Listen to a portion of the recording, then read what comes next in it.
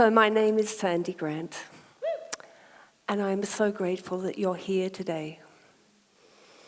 Thank you for coming. I really appreciate it, each and every one of you. And I have a question. Why are you here? Not just now, but why are you here on the planet? What are you here to bring? And what's stopping you from bringing it?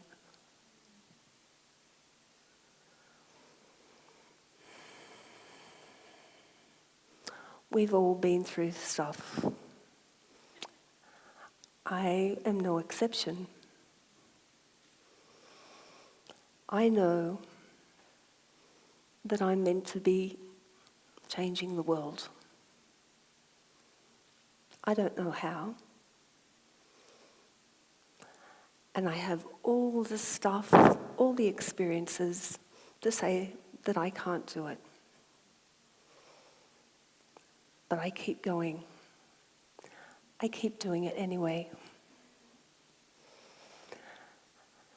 And I know you've been through things, but I'll just quickly run through some of mine. I was trained from birth not to cry. My auntie looked after me for 3 weeks when I was 3 months old, and I didn't cry once.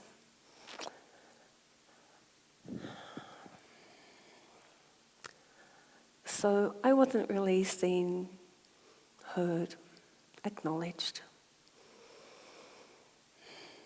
I wasn't actually wanted. My mother got pregnant on the honeymoon. So it's not that I wasn't wanted ever. I just wasn't wanted for a couple of more years. And I knew that before I was born. But I came anyway.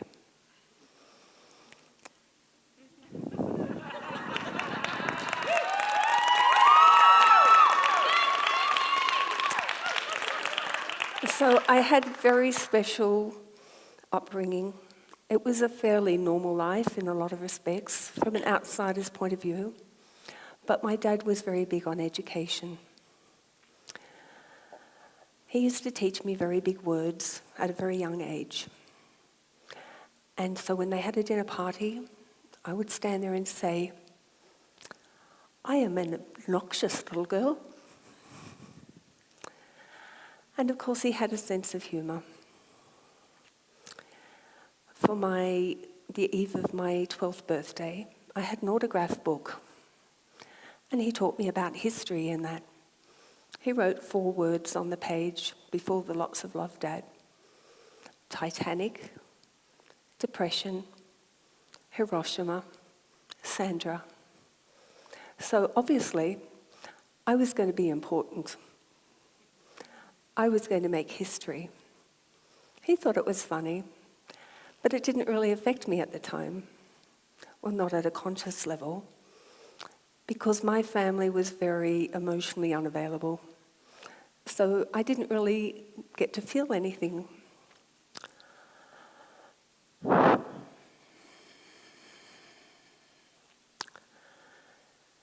So, just to give you a little bit more background, one of my dad's favourite stories to tell me was the story about the father who said to his son, "Climb up on the wardrobe, jump down, and I'll catch you." So the little boy jumped up and climbed up, and his father held up his hands and said, "Okay, jump."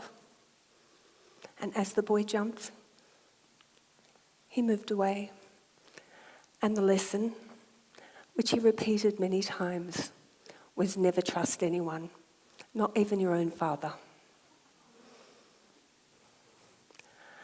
So, when I just turned 8, I went to boarding school.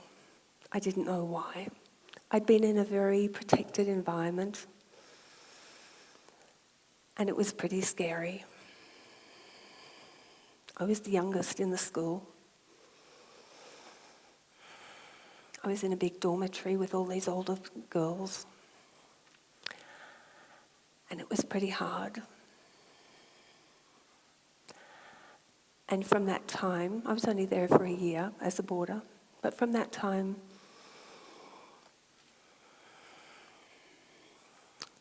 I used to comfort eat, and my weight ballooned. And because of the emphasis on doing well at school, I developed a stress rash.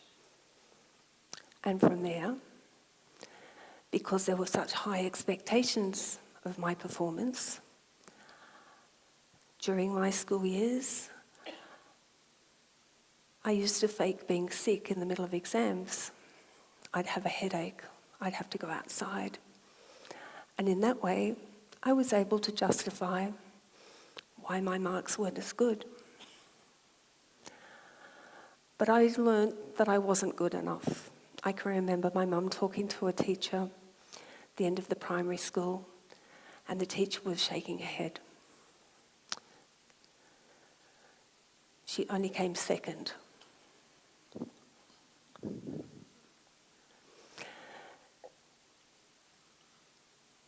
So then another couple of things. I found out later on that my mother had had a nervous breakdown. That's why I'd gone to boarding school. My father had a nervous breakdown at the end of primary school. But because of the minimalist sort of environment that I was in, my mother said he had a collapsed lung, which to me equated to something a bit worse than the flu. When I went to university, I was away playing water polo. And I found out later that during that week I was away, my mother had attempted suicide. But it didn't affect me because we didn't talk about things and they weren't brought up to be anything. I had no role model to express emotions. My father was a doctor. He's the one that told me. My mother had taken some pills, came in and told him, and he rushed her up to emergency. But they couldn't get the incubation tube down her, so he had to do it. But I didn't really feel that. My best friend attempted suicide the day before our final high school exams.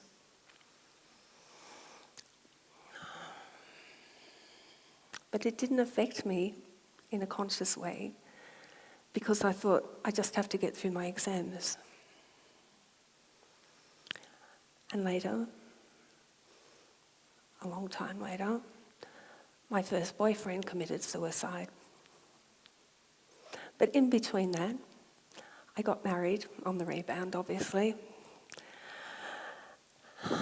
because I don't think I ever really knew what love was. And apart from cheating on me, my first husband became a cocaine addict.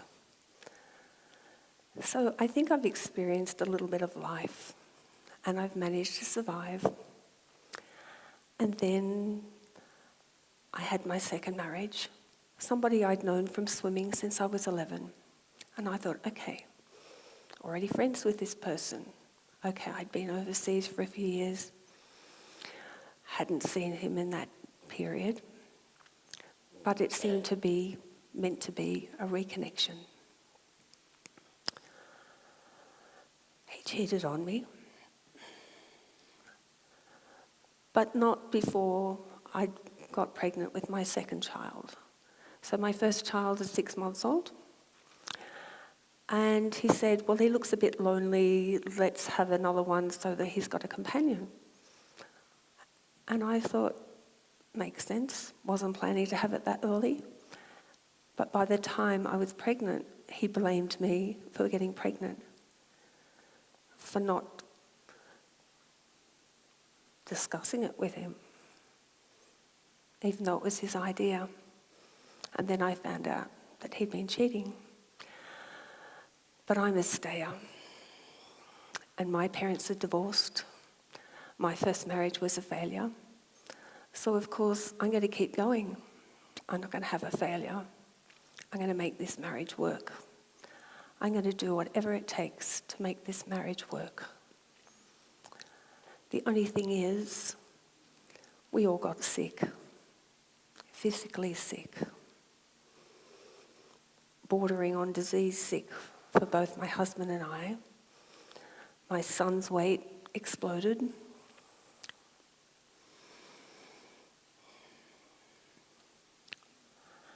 And that's when I decided to leave. I'm not saying this because I want you to feel sorry for me, but to know that no matter what happens, if you keep going, you're not a failure.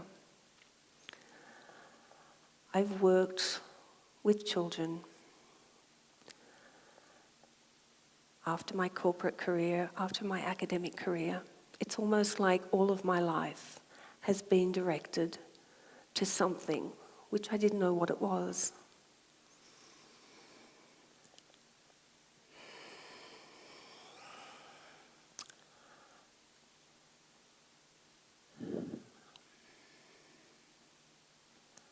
I have the experiences that I can see in these children who are not seen, heard, loved, acknowledged, respected. These children who are a victim, who come up to me and say, "So-and-so's not playing with me." And I explain to them, it's nothing to do with you. They don't like themselves at the moment. So how can they like you? They have to like themselves before they can like you. So if you go and play with someone else and they see that you're happy, then they're going to come over and they're going to play with you. And that's what happened. And then I'd have children who were from socially disadvantaged backgrounds, who would have a lot of anger to express. And I taught them what I'd learned in the personal development that I'd done, to kneel down in front of the lounge and to beat the shit out of the lounge.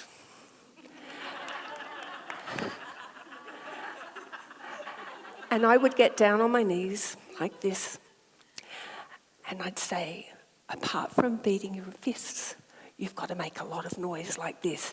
Ah!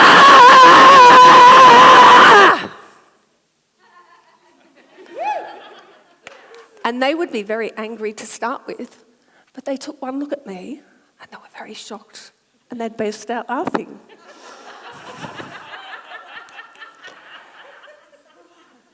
Their anger would have gone.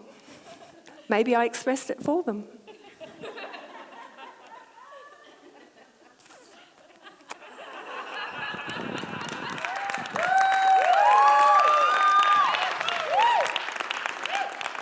Thank you. I'd like to share something else.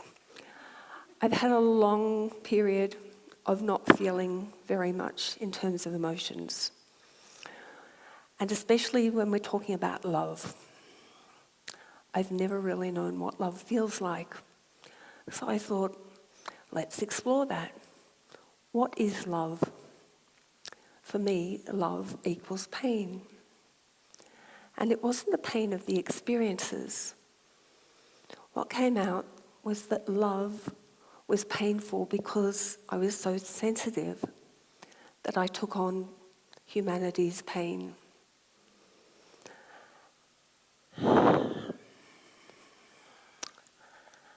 And so during this session, I was asked, what does pain look like? What does love look like? And to me, it was like a flat black heart, similar to what you would see on a playing card, but instead of red, it was black. What does it smell like? It's yucky. What does it sound like? It sounds like shattering glass. So we did a transformation. And part of what I did was to ask the angels to take over all of that responsibility that I'd taken on, the pain of humanity, to give people what they needed without it having to be me. And with that, it released all that responsibility, all of that pain that I was carrying.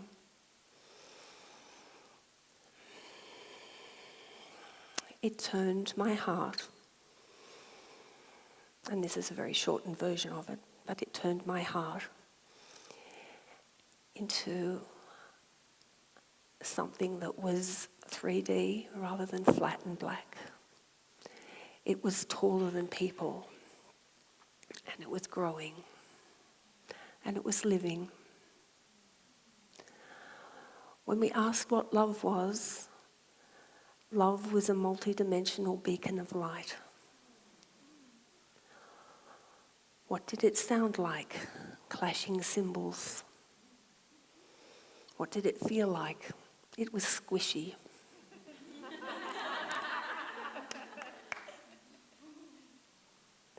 And what did it taste like?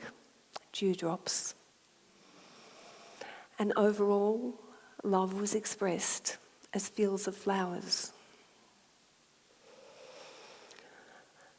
So my message to you is, keep going. Even if you feel like you're not important, that you don't have the qualifications, you have life experience. You've been through it. You can relate to those people that have been through the things that you've been through yourself. You can stand there to show them it can be done.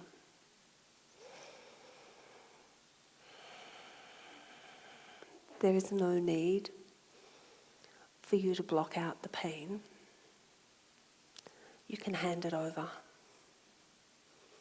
You can ask that the people that you've been helping can still be served without it having to be through you. That it can come from an infinite source.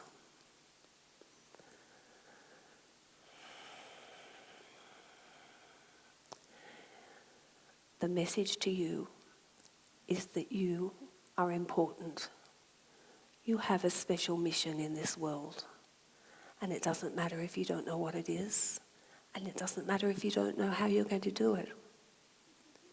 Just know that you are important. You are needed. You are special. You are loved. And by being that beacon of love and light, you're going to have an impact on the people around you. Like the ripples in the pond when you throw a stone in. Your presence, just by being there, not by doing anything, is going to radiate out to the people around you. And you are going to make a difference. Thank you very much for being here.